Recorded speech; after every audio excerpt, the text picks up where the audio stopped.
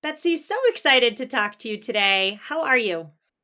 Well, thanks for having me, Stephanie. I am great. I'm really excited to come on and talk about trends. Okay, well, let me just say right off the bat, I need to know what's happening, what's trending for home decor this spring. I have no idea. I really have no idea. So, I'm looking forward to gleaning that wisdom. But before we get there, tell us who you are, what you do, and what the Affordable Interior Design podcast, your podcast, is all about. Well, yes. So, my name is Betsy Helmuth, and I'm an interior designer. I have a firm in the New York City area called Uploft Interior Design, and we've been in business for 17 and a half years now. And one thing that really sets us apart is that we shop retail, we have flat rate packages, we make everything very accessible. So I love to take high end interior design ideas, whether we're talking about trends, whether we're talking about things that are available to the trade only, and think about how we can translate that to budgets that are actually accessible. I'm from Missouri. I grew up poor. This idea that we should be spending thousands of dollars on a couch that then we'll get rid of in 5 years when we want a different pattern or color just doesn't resonate with me at all. So I started my career in high end design, working for a famous interior designer, and quickly realized, this is not my path. I can translate this aesthetic to something that anyone can do. So that's what the podcast is all about. The Affordable Interior Design podcast is taking these concepts that interior designers use that people think, oh my gosh, you have to have an eye for design. You have to have this sort of magical gift or talent, and demystifying interior design so that anyone can have a home that makes sense, that's beautiful, that's practical. And today with you, I'm so excited to add another element, which is that's sustainable, because I would say that my clients weren't really asking for sustainable things 5, 7 years ago. But now, regularly on sales calls, they'll say, tell us more about your philosophy around sustainability or how you source in a way that's eco friendly. And in the interior design world, we love getting new things. And that's not always sustainable. What do we do with those old things? What does something look like? And especially when we're talking about trends and trends for 2023, does incorporating a trend mean that you get rid of something else? Is it just a flash in the pan, which would then be bad for the environment? Or can we make a trend sustainable? So that's what I want to talk to you about today. Well, we have lofty goals for today, don't we, Betsy? We're going to be, talking about the trends, and then you're going to tell me the trends, and then together we're going to talk about how we can perhaps, if we want to, incorporate these trends into our homes in ways that aren't completely wasteful, in ways that are not completely terrible for our planet. So that brings me to my number one question for today, which is, what are you seeing are the biggest trends in interior design for 2023 spring? Yes, there are lots of them. But one thing is people are going bold. They are not being bashful anymore. We saw a lot of muted tones, pastels, even flesh tones for the past 4 or 5 years. And now dark, saturated colors are all the rage, especially with paint. And, I'd love to talk to you a little bit more because I like using low VOC paint. Benjamin Moore has a great line. There's some companies that specialize in only eco-friendly paints. But do you feel like repainting the room is a sustainable approach when designing? Oh, absolutely. First of all, it's affordable. Second of all, if you paint, especially using a non polluting paint, so low VOC paints are, in my opinion, correct me if I'm wrong, but they work just as well. They cover just as well as the more polluting ones. And so, in a couple years, when you need a refresh, that's not something that you need to go out and discard of, right? You just paint over it. So, painting is always, again, an affordable way to drastically change a space that doesn't create all that much waste. I'd love to talk to you though about the color that you mentioned. You said bold. I believe you even said dark. How does that work in smaller rooms or rooms without much light? I am picturing like a cave in my mind. There is a huge misconception in design that painting a room a dark color will make it feel smaller. That is absolutely not true. So don't be afraid to paint your powder room navy. Don't be afraid to take that small home office or den and make it an emerald jewel tone. The one thing that it does do, which you touched upon, is make it darker, right? And cavier. So you want to be cognizant of the fact that you're creating that mood, or you want to make sure that you paint a dark room that has a lot of natural light, where if you want it to be moody, you can close the drapes.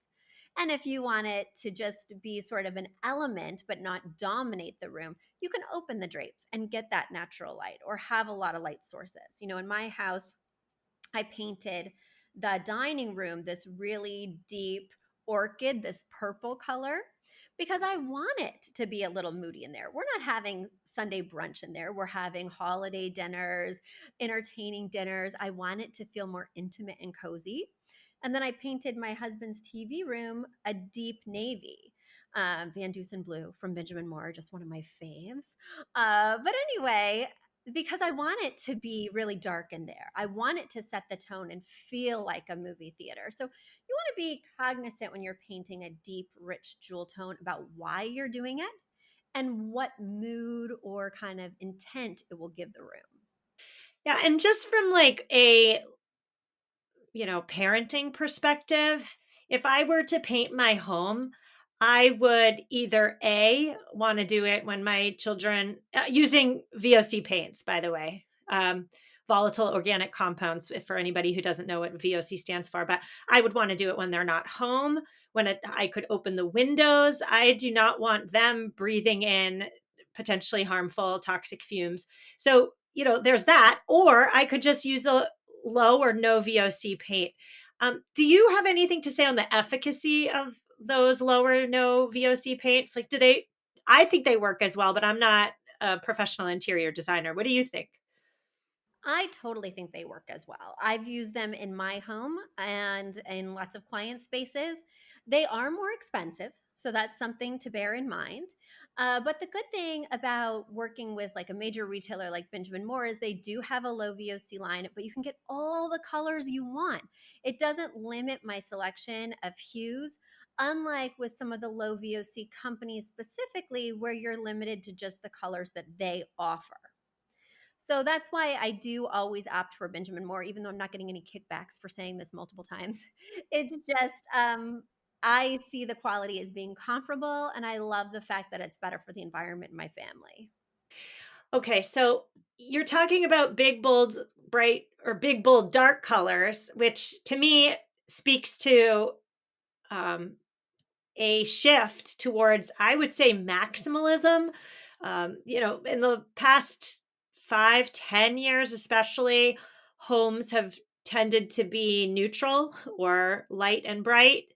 And now we're seeing color, like deep, significant color. So, okay, thank you for that trend. I'm already thinking about what I should paint. What else do you see for spring 2023? So this one seems very sustainable, but you'll let me know. So people are really gravitating towards natural stone slabs. Big slabs of marble, of granite. And it's not just for countertops. This could be taking it all the way up the backsplash instead of doing small tiles. This could be a coffee table. This could be a dining table. People are just really drawn to that look of natural stone and wanting it in a large format. So coasters or a table lamp just isn't cutting it anymore. They want that big slab in their space. So what do you think about that for sustainability? So I have a couple things to say. I know that the extraction of natural stone to make, our new dining room table isn't the best environmentally, especially if that stone table in 10 years is going to be going to the landfill because natural stone is out. However, man-made stone isn't that great either. So I wonder if instead of purchasing this big, chunky new piece of furniture with stone, could we bring that into our homes on a smaller scale? You mentioned coasters. What about other like smaller ways we can incorporate it again without getting rid of our existing furniture and replacing it with a trend? Well, for me, natural stone has always been in. I like to incorporate all the elements when I'm designing. So I think about feng shui and balance, and I think about, have I used wood?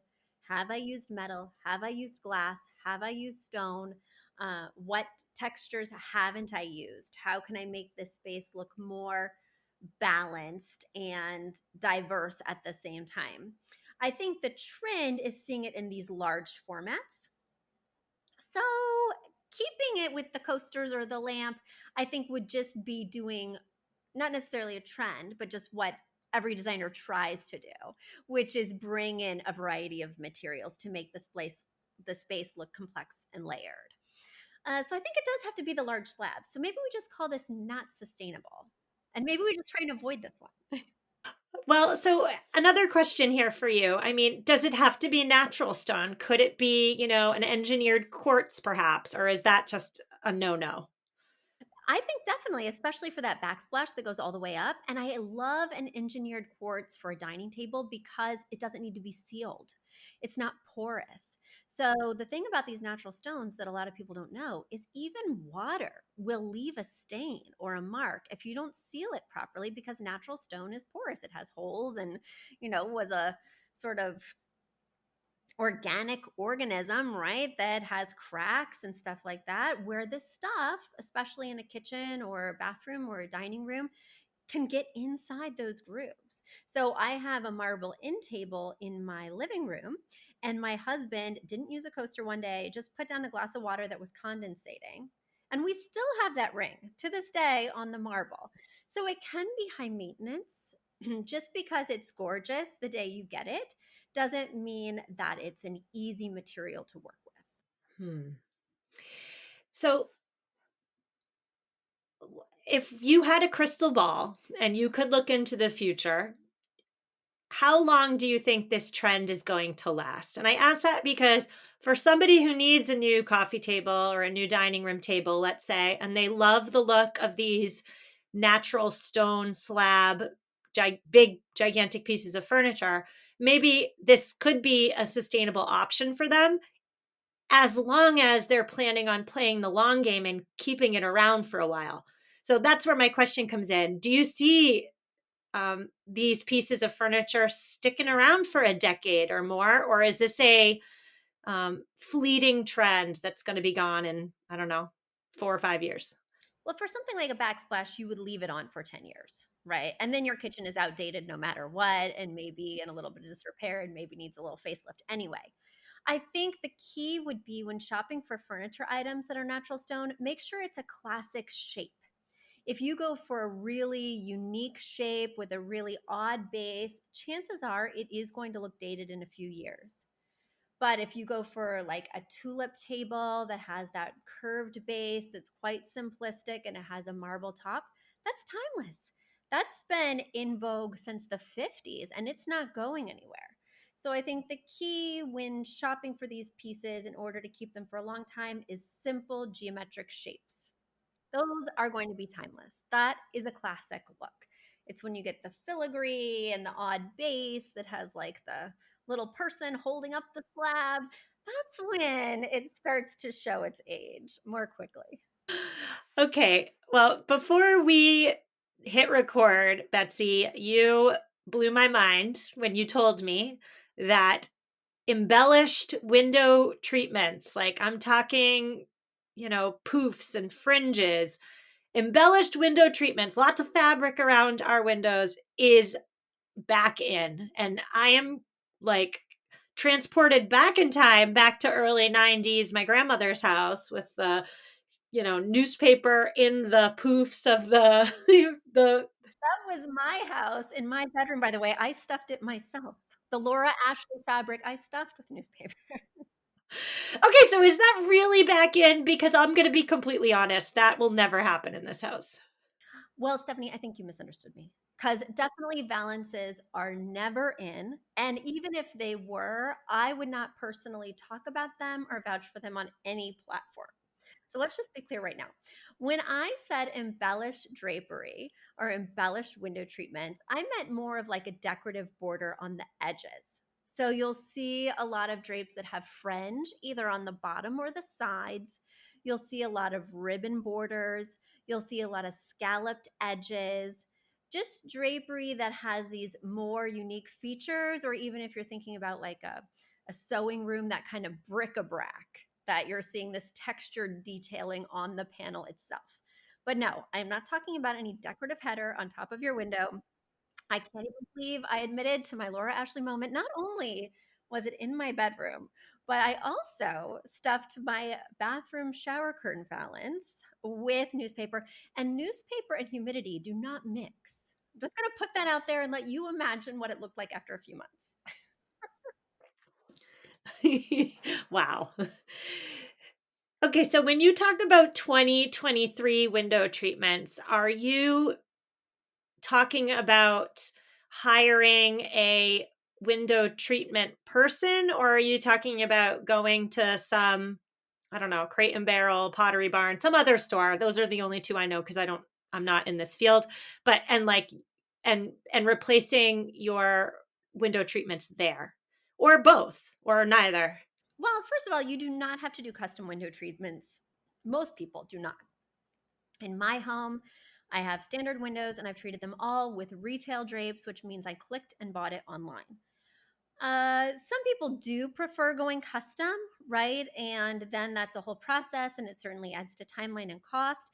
And if you have floor to ceiling windows or something really extreme, you might find that you're in that group, right? But most of us have standard windows. And the thing I love about drapes is that they add a splash of color. So if you didn't want to repaint your room, you could go for that dark saturated color with your drapes and get that same punch. It's easier to change out a drape than, say, the wall paint. But the other thing I love about drapes, and you'll tell me if this is sustainable, is that if you have a historic home like mine, my home is old and the windows are original, it can get a little drafty. And so I love that the curtains not only block the draft, and you can get insulated curtains, you can add a lining. But the other thing is that if you live in a city environment, like many of my clients do, you can get soundproofing drapes. So they have an additional lining that helps to muffle the sound from the outside. So even though I lived in the suburbs, um, we had a lot of leaf blowers. You guys have a lot of leaf blowers. I mean, somebody was always leaf blowing, even when there were no leaves. I'm like, it's winter. Why am I hearing leaf blowers? Anyway, the soundproof drapes are really nice as well. And when I'm saying embellished, you're probably not going to find those at, say, a Crate and Barrel that offers more sort of classic pieces. You'll be finding this at a place like Anthropologie, World Market, Target, places that kind of cater to those trends. Interesting. Yeah, as you're talking, Betsy, I'm thinking, I believe my listener base is largely minimalist and they like the minimalist aesthetic. And so I'm not sure that they would go for the embellished fringy window treatments. Like I personally wouldn't. I don't care if they're in style or not. I love the look of a window without the excess. I love, because I do feel as though a lot of times the excess inhibits the natural light from coming in, and I don't have a lot to begin with. So that's just my personal taste. But you do bring up a really good point there, which is if the treatment, and in most cases, it's usually actually the blind, if the treatment is well fitted to your window, it can be a great insulator, especially if your windows are old and leaky, like mine are. So that would be a really sustainable thing.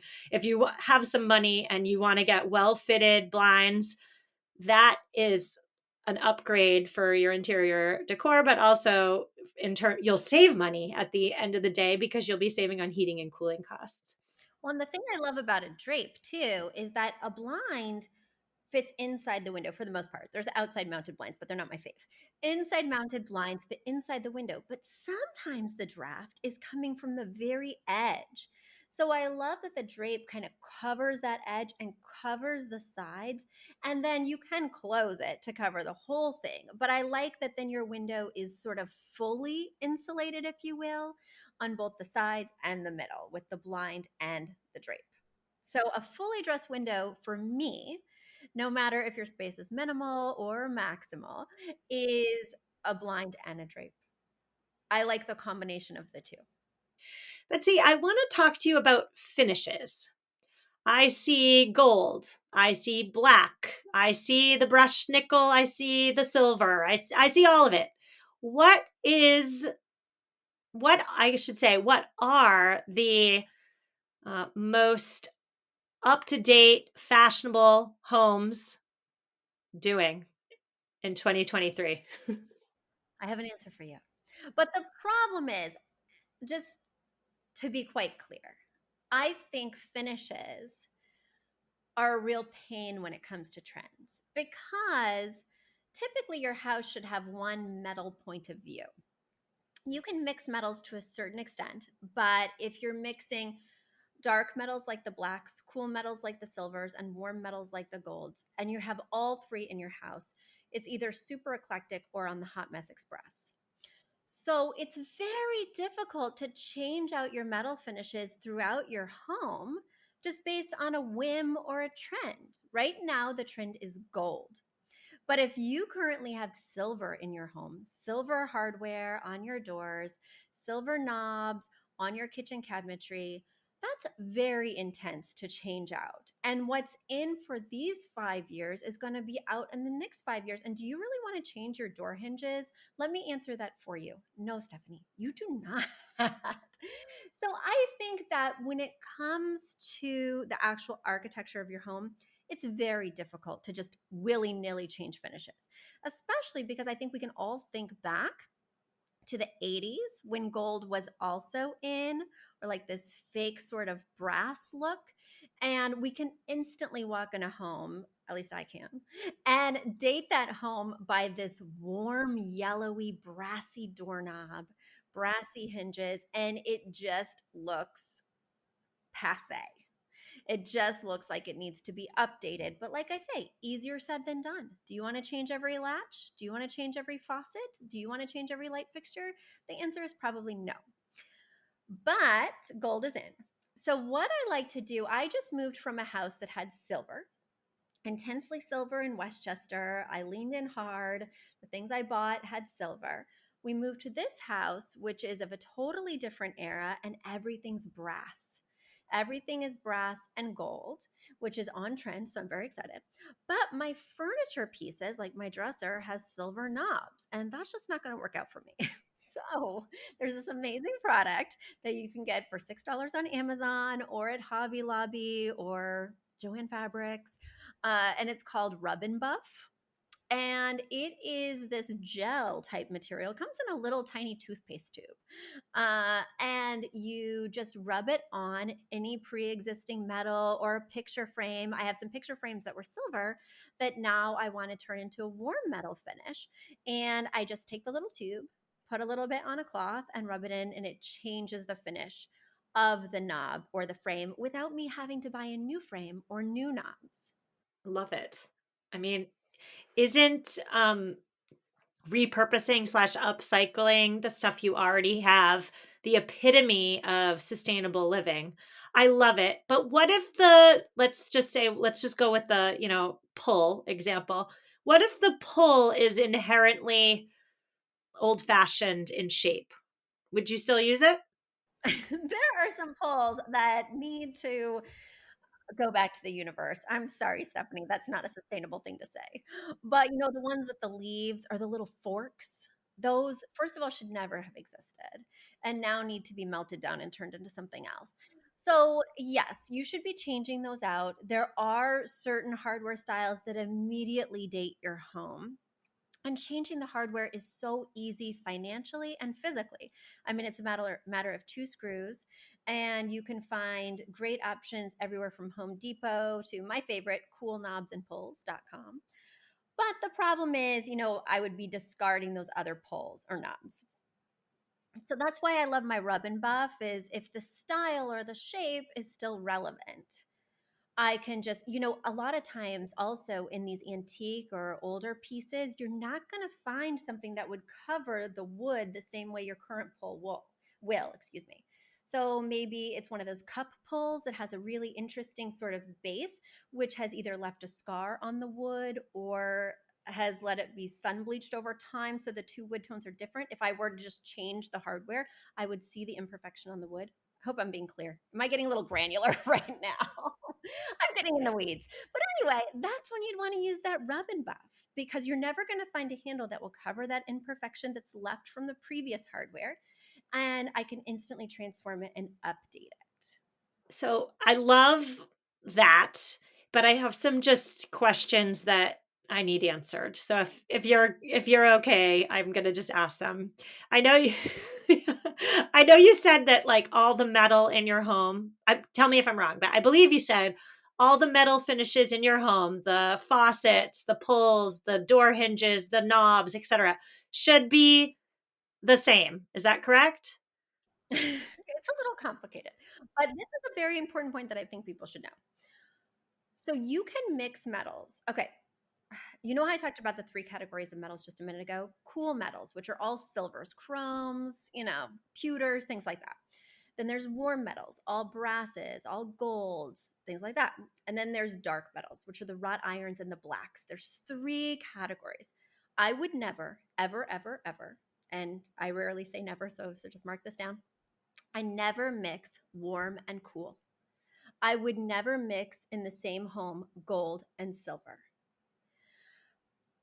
But you can definitely mix warm metals with dark metals and cool metals with dark metals.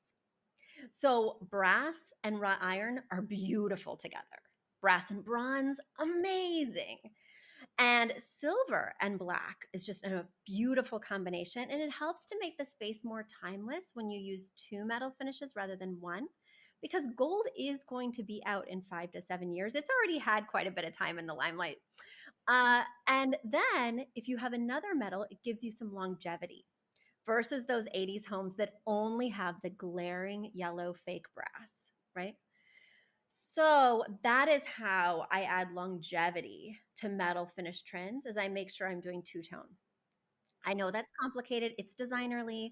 Guys, you're here for sustainable, not for design rules, but those are the rules I follow. Well, I appreciate that because we're here for sustainability, but we're also here to create homes that, don't fly in the wind of the trends. And you're giving us those pro tips. I have a couple more um, 2023 trends I want to talk to you about. And the next one is statement lamps. First of all, what are we talking about when we talk about a statement lamp? Are we talking about the shade? Are we talking about the base? Are we talking both? Paint a picture for me of a 2023 statement lamp. When I think statement lamp, I typically think the base, because the shade, I don't really play around with shades too much because it really impacts the amount of light you get in the room. If you have a heavily patterned or dark shade, you're just not going to get as much illumination, and it's not my favorite thing to do a colorful shade. So, statement lamps would be a base that's quite interesting or unique. We've all seen, like the ceramic monkey lamps or something that just really pops and feels like a sculpture that just happens to light itself up versus a simple candlestick base that's just straight up and down, or even a gourd base that has some kind of curvature to it but isn't overly compelling. It's not going to be anybody's conversation piece, right? So when we think about that statement lamp, think about it as a sculpture with a shade on top. And the thing I love about that is that, a lot of us can't afford fine art, like an actual sculpture on a pedestal in our home. But getting a statement lamp is something that you can buy at lots of different places. And it can kind of give you that visual 3D effect of artwork in the round. And a lamp does light itself up, it draws attention to itself. So automatically, you're making this a statement piece just by its functionality. I wonder what you think about so for listeners who want to incorporate a statement lamp into their decor, what are your thoughts on, heading to your secondhand shop or a thrift store or looking online? I mean, I feel like statement lamps with a bold and interesting base, like those have been around for a long time. Perhaps in this regard, we could incorporate something old and weathered. I love it. I love it. This is the perfect opportunity to bring in something vintage, something from an estate sale. Now, the only caveat with this is that a lot of times, because the shades are so fragile, they're damaged, discolored, stained, yellowed with age. And so it instantly makes the lamp look old or tattered or, dated in some way. And the problem is, you can't just buy a replacement lampshade at Pottery Barn and throw it on, or at Walmart and know that it's going to fit this lamp. There's actually a lot of equations online as to the scale of the shade based on the scale of the lamp. So it starts to get a little complicated. And what I would prefer that you do, if you have the resources, is take your statement base to a lampshade person. In New York City, we have a lot of those. There's like a whole district for lighting, but in a lot of communities, you may not have a lampshade person. But I take that vintage lamp into the lampshade person, and they not only fit it proportionally, but also they fit it. The hardware at the top is called the harp and the finial. And if they don't align just right, you're going to have a shade that wobbles all the time, or that shifts around and doesn't stay centered on the lamp. So a lot of my clients are like, Betsy, let me change my shade for something colorful and playful. It is not that easy. And sometimes it does not fit well and actually, harms the function of the lamp. So it turns out to be kind of an expensive endeavor. Just telling you, full disclosure. Well, how much does a shade cost? I mean, ballpark. If you go to a shade person, a lot. Yeah. Because these are people who specialize in this or have an inventory of specialty shades. And the vintage shades were made a little bit differently in terms of their connections than a contemporary lamp. So it does get a little. I personally do not recommend for my clients that we find a different shade with any lamp base. If they can't come together and look fresh, then I'll have to buy new because of the extra cost and time. Like going to a lamp person and taking this base, you have to really like this lamp. You have to love this statement. I did do this one time with a personal lamp of mine that I found at an estate sale that I just had this major crush on. And, the shade cost me twice the amount of the lamp. Shade cost me over $100. And I think I got the lamp base for $40 at the estate sale. Okay, I have to ask, do you still love the lamp? Well, I used to have this philosophy, as a designer, and, I think in any trade, you have philosophies that change over time. I used to have a philosophy that every room should have something ugly in it. Something ugly where you're like, what was this person thinking? Oh my gosh. Kind of like a conversation piece that takes a dark turn, right? So this lamp from this estate sale legitimately looks like a piece of poop. It wasn't supposed to look like that. It wasn't like poop emoji. But the thing about it was like this big brown curving, sort of diarrhea-esque looking thing. But it had these two vessels inside and as an artist myself, I love having colorful pens and colorful markers right next to me at all times.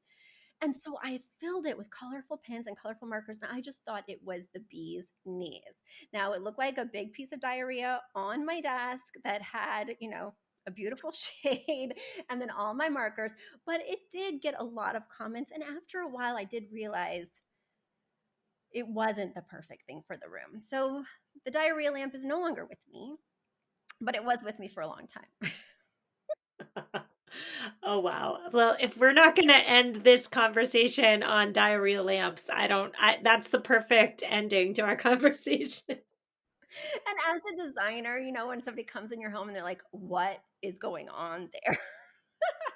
I kind of realized after explaining myself so many times that maybe every room doesn't need something ugly. Maybe not. Maybe not. Well, Betsy, I've learned so much. I think the general takeaway of today is that, first of all, I would just want to say I would love to watch an HGTV show makeover from, I don't know, 1995. I would love to see like the faces of the homeowners when they walk into their like 1995 kitchen. I would love to just see it with that eye because trends do come and go. there are ways to have a trendy home without completely being wasteful. And I think that we really covered that today. So thank you, first of all, for telling me what's in style for 2023, because I have no idea. Tell my listeners where they can find your podcast, Affordable Interior Design. Yes, well, you can find the Affordable Interior Design podcast anywhere you listen to podcasts. So Apple, Stitcher, all the places, Google Play. I've been around for 7 years in terms of podcasting, so there's plenty of episodes to dig into. And I get into my own design journey as well as working with my clients, but mostly I take listener questions. So people write in with their design dilemmas and I answer them on the air. I show pictures on the YouTube channel. So it's pretty much Q&A based. And then sometimes I have interviews with amazing people like you. Well, this was so wonderful, Betsy. Thank you so much for coming on. And I look forward to continuing to follow your work. Thank you so much. Well, thank you for having me, Stephanie. It was truly a pleasure.